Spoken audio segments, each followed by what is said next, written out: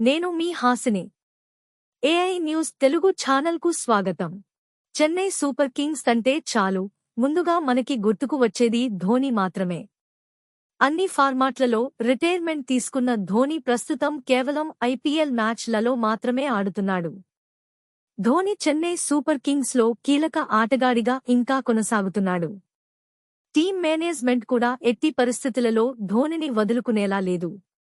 నిజానికి ధోనికి ఐపీఎల్లో కూడా ఆడాల్సిన అవసరం లేదు. అంత ఆసక్తి కూడా లేదు. అయినా సరే ప్రపంచవ్యాప్తంగా ఉన్న తన అభిమానులు, టీం మేనేజ్మెంట్ కోరిక మేరకే ధోని ఐపీఎల్లో పాల్గొంటున్నాడంటే ఎలాంటి అతిశయోక్తి లేదు. అయితే తొలినాళ్లలో చెన్నై సూపర్ కింగ్స్ జట్టుకు కెప్టెన్గా వ్యవహరించిన ధోని, తర్వాత క్రమంగా కెప్టెన్సీ బాధ్యతలను కూడా వేరే వారికి అప్పగించి ఒక సాధారణ క్రికెటర్గా మిగిలిపోయాడు. అయినా సరే ధోని బ్యాటింగ్ దిగాడంటే చాలు స్టేడియం మొత్తం ఒక ఊపు ఊగిపోవాల్సిందే.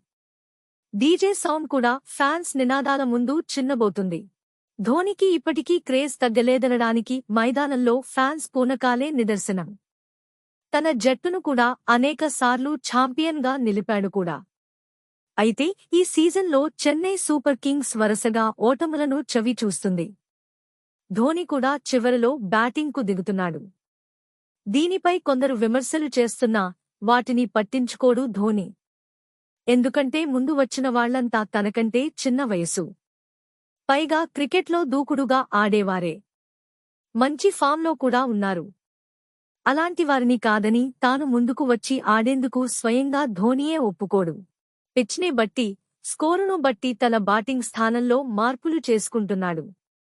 అయితే క్రీజ్లోకి వచ్చిన వెంటనే సిక్సర్లు, ఫోర్లు బాదుతుండటంతో ఎక్కువ మంది ధోని ముందు రావాలని కోరుకుంటున్నారు. అయితే ఇక్కడ తన కంటే ముందు వచ్చిన కుర్రోళ్లు బాగా ఆడాలని కోరుకుంటున్నాడన్న విషయాన్ని ధోని ఫ్యాన్స్ మాత్రం మర్చిపోతున్నారు.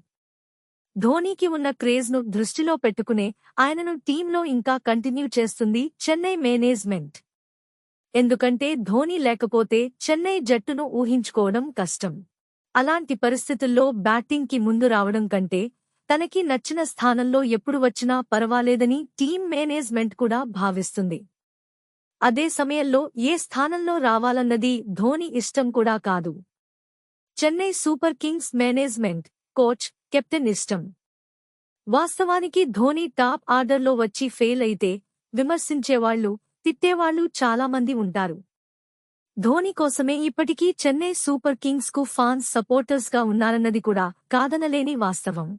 ఈ సీజన్లో మెరుపువేగంతో ధోని చేసిన స్టంపింగ్ చూసిన వాళ్లకు ఇంకా ధోనిలో ఆట తగ్గలేదన్న విషయం అర్థమయ్యే ఉంటుంది.